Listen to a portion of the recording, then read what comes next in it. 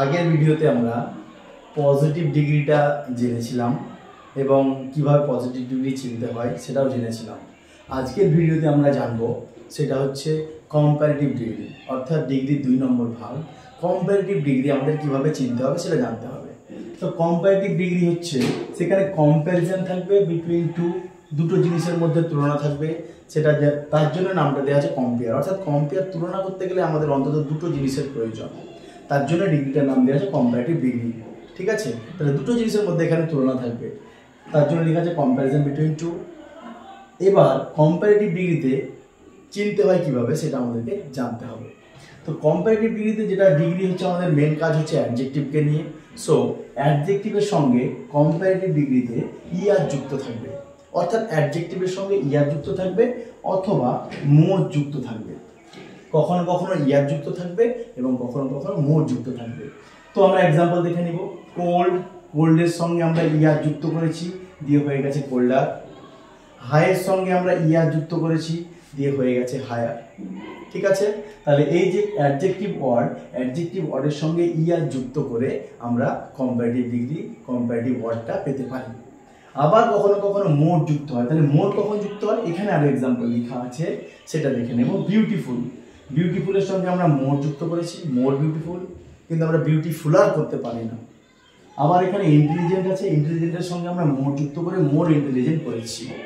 তো ইন্টেলিজেন্টটা আর হবে না, উচ্চারণটাই শব্দটাই কেমন হয়ে যাচ্ছে। তো কেন হবে না এবং কখন আমরা মোর যুক্ত করবো সেটা বলে দিই। যখন আমরা একটা অ্যাডজেক্টিভকে ভাঙতে পারি, অর্থাৎ সিলেবেলে ভাঙতে পারি, একের বেশি সিলেবেলে যখন আমরা ভাঙতে পারবো তখন সেটাতে কিন্তু আমরা মোর যুক্ত করবো। আর যেগুলোতে সিলেবেলে ভাঙবে না সেগুলোর সঙ্গে আমরা ইয়ার যুক্ত করবো কম্পারেটিভ ডিগ্রির ক্ষেত্রে। যেমন কোল্ড শব্দটাকে আমরা ভাঙতে পারি না, কোল্ডার। ওল্ড ভাঙতে পারি না, ওল্ডার। High, higher. টলার। ঠিক আছে, তাহলে যেগুলো আমরা ভাঙতে পারবো না কোনো সিলেবেলে, অর্থাৎ সিলেবেলে যদি আমরা ভাঙতে পারি, একের বেশি সিলেবেলে ভাঙে, তখন সেখানে ক্ষেত্রে আমরা মোর অথবা মোর যুক্ত করব। ঠিক আছে, যেমন বিউটিফুলকে ভাঙলে আমরা বিউটিফুল, 3টে সিলেবল পাচ্ছি। সিলেবল হচ্ছে যে আমরা একটা শব্দের যতটুকু অংশ একবারে উচ্চারণ করতে পারি সেটাকে বলা হয় সিলেবল। শব্দাংশ, শব্দের একটা খণ্ডাংশ বলতে পারি আমরা। ঠিক আছে, তাহলে সিলেবল আমরা যদি একটা পাই তাহলে সেটা আমরা ইয়ার যুক্ত করে করবো কম্পারেটিভ ফর্ম, এবং যদি সিলেবল অনেকগুলোতে ভেঙে যায় একটা অ্যাডজেক্টিভ তখন সেই ক্ষেত্রে আমরা মোর যুক্ত করবো কম্পারেটিভের ক্ষেত্রে। ওকে, তাহলে এটুকু ক্লিয়ার হলো যে আমাদের কম্পারেটিভ ডিগ্রির ক্ষেত্রে অ্যাডজেক্টিভের সঙ্গে ইয়ার অথবা মোর যুক্ত করে করতে পারি আমরা। কোথায় ইয়ার বসে এবং কোথায় মোর বসে সেটাও বলে দিলাম। ওকে, সো এবার নিচে আমরা এক্সাম্পলটা দেখে নিই। Kolkata is larger than Baharampur. Kolkata এখানে একটা সিটি, বহরমপুর একটা সিটি আমাদের। তো এই যে দুটো সিটির মধ্যে তুলনা আছে, কি দিয়ে তুলনা আছে? যে এটা লার্জার, ইয়ার যুক্ত আছে, অ্যাডজেক্টিভের সঙ্গে ইয়ার যুক্ত আছে, লার্জার। তাহলে কলকাতা থেকে বহরমপুর বলছে অনেক বড় শহর। কলকাতা হচ্ছে ইজ লার্জার দ্যান বহরমপুর, বহরমপুরের চেয়ে কলকাতা হচ্ছে অনেক বড় শহর। তাহলে লার্জের সঙ্গে হচ্ছে ডিগ্রি, তার সঙ্গে ইয়ার বা আর যুক্ত করে আমরা এটাকে কম্পারেটিভ করেছি। কি যুক্ত করেছি এখানে? আমরা দ্যান যুক্ত করেছি। দ্যান মানে চেয়ে।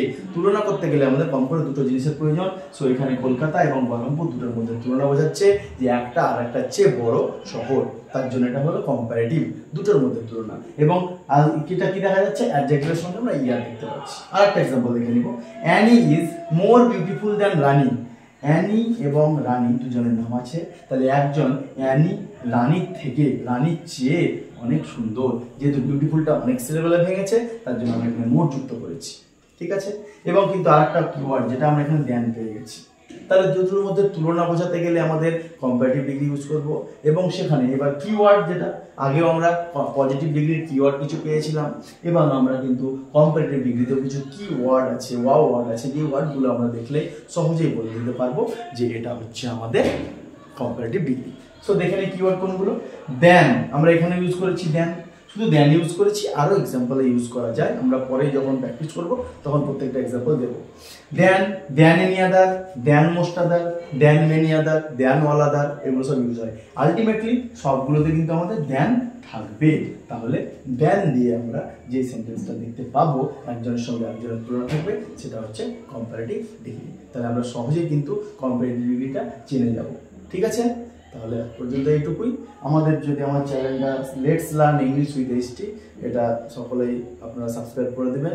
এবং আপনাদের যদি মনে হয় কোনো ভিডিওর উপরে, কোনো গ্রামাটিক্যাল, কোনো টেক্সটের উপরে, যেটার উপরে ভিডিও যদি দরকার মনে হয়, তাহলে আমাকে শেয়ারে কমেন্ট করবেন এবং আমি সহজেই সেটা যতটুকু সম্ভব আপনাদের ভিডিওটা দেওয়ার করার চেষ্টা করব। Thank you.